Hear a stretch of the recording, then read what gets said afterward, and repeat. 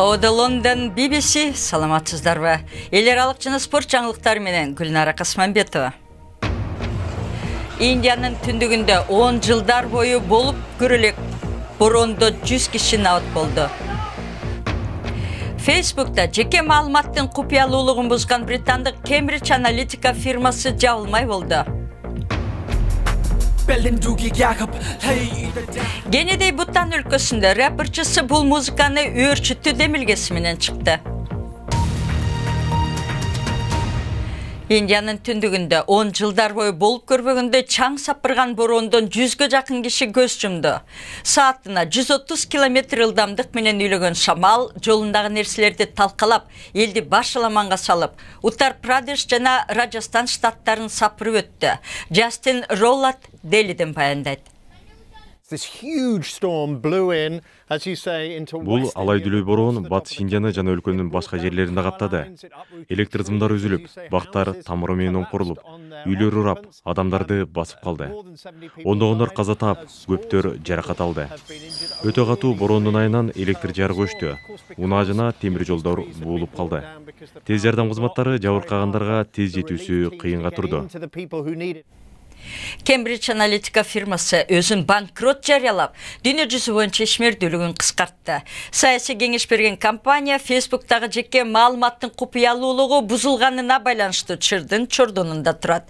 Фирма туура эмес ишке барганын четке кагып, маалымат каражаттарынын кабарларынан улам бардык кардарларынан ажыраганын айтууда. Бул компания өзүн жаңы санариптик маркетингдин пионери катары тааныштырып, кардарларына саясий өнөктүктөрдү өзгөчө таасирдүү өткөрүүгө жардам берген. Атайын программанын жардамы менен 80 миллион кишинин жеке маалыматын чогултуп алган Cambridge Analytica туура эмес эч нерсе кылган жокпуз деп айтууда. Так ошол, жеке маалыматтар чогулуп жаткандыгы чуулгандуу маселе жаратты. Соңку айларда бул компания айоосуз текшерилип, ар тараптан сынга кабылууда. Уюмдун Лондондогу кеңсесин маалымат боюнча комитет тинтүүгө алды. Уюмдун башчысы Александр Никс парламент алдында суракка алынып, андан соң кызматынан түштү. Парламенттин өкүлү бул маселе соңуна чыга элек деп маалымдаган. Биз бул компанияларды жоопко тартуубуз керек. Алар кылдат изилдөөлөрдөн качып, иштерин токтотуп коюштары мүмкүн. Алар чогулткан маалымат кандай колдонулганын, ишин моралдык жана мыйзам чегинен чыкпай жүргүзүүбү изилдениши керек. Биз чынында эмне болгонун билүүбүз зарыл. Cambridge Analytica жасаган билдирүүсүндө чуулгандуу окуялардан кийин кардарлары алардан баш тартканы үчүн компания иш жүргүзө албай калганын айтты. Бул изичүү дүйнөлүк деңгээлге көтөрүлүп, жана жакында бүтчүдөй өңү жок. Facebook'ты негиздеген Марк Цукерберг өткөн айда Вашингтондо көргөзмө берип жатып, катаачылык кетирип алганы үчүн кечирим сураган. Эксперттер бул чүү өзгөрүүлөрдү алып келет деп ишенет. Бул чуулгандуу окуя орун алгандан бери элдин социалдык тармактар жөнүндө түшүнүгү өзгөрдү. Башында биз социалдык тармактарга эч нерсени билбей эле жеке маалыматыбызды берип койгонбуз. Бул окуядан кийин эми колдонуучулар социалдык тармактарда этият болуп калышты. Cambridge Analytica жумушчулары алдында милдетин аткараарын айтты. Бирок байкоо салган уюмдар аталган компания дагы жооп берчү маселелер көп деген ойдо. Сиз көрүп жаткан BBC эми күндүн башка кабарлары. Армениядагы саясий кризис чечилгени калды окшойт. Өкмөткө каршы нааразылыктардын башында турган Николь Пашинян, бийликтеги республикачыл партия премьер-министрликке элдик талапкерди колдоорун ырастады деп билдирди. Пашинян өзүн элдик талапкермин деп мүнөздөйт. Бул маселе экинчи күнү добушка коюлат. Президент Трамп шайлоо өнөктүгүнө берилген акчаны порнография актерунун оозун жабуу үчүн жумшаганын танууда.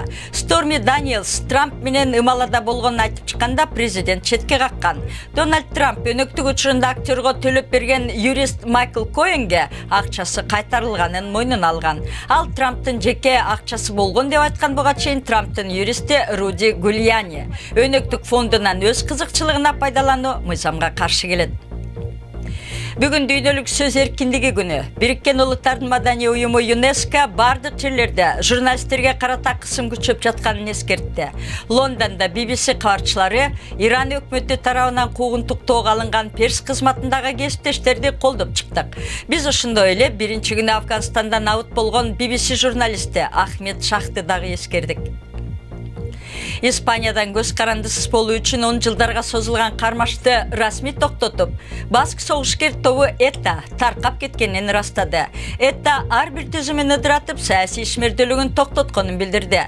Испан премьер-министри Мариано Раджой бул жарыяны тек гана пропаганда деп, ETA кылмыштары үчүн жоопко тартыларын айтты. Буттан өлкөсүнүн калкы 800 миңден гана тегерегинде. Бирок өлкөнүн музыка чөйрөсүнүн популярдуулугу артууда. Кезаң Доржинин жаңы эле жылдызы жана баштады. 28 жаштагы рэперчысы Эминемдин күйөрманы. Бирок америкалык рэперден айырмаланып, Доржи ырдап жатканда сөгүнбөйт. Ал ырлар аркылуу күйөрмандарын добуш берүүгө үгүттөйт.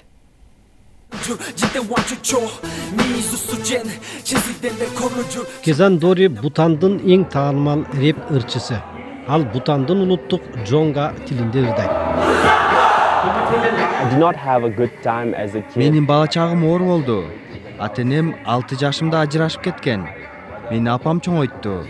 Биз абдан жакыр болгондуктан өтө кыйналып жашадык. Бир күнү 9-класста окуп жатып, Эминем деген ырчынын видео клипин көрүп калдым. Эмне жөнүндө ырдап жатканын жакшы түшүнгөн жокмун. Бирок анын музыкасын дароо эле жакшы көрүп калдым. Эминемдин музыкасы мени шыктандырды. Эминемден айырмаланып, Кежан кырларында сөгүнбөйт. Ал чыгармачылык аркылуу элди эмгектенүүгө жана активдүү жаран болууга чакырат. Ырларымда өзүмдүн жашоомдо болгон окуяларды чагылдырам. Ырларым аркылуу жаман жолго түшпөй, баңгизат колдонбой жана алкоголь ичпей жашоого үндөйм. Позитивдүү ойлонуу жана изденүү абдан маанилүү. Өзүмдүн өмүр баянымда айтып берген ыр жазгам. Ошону ырдап берейин.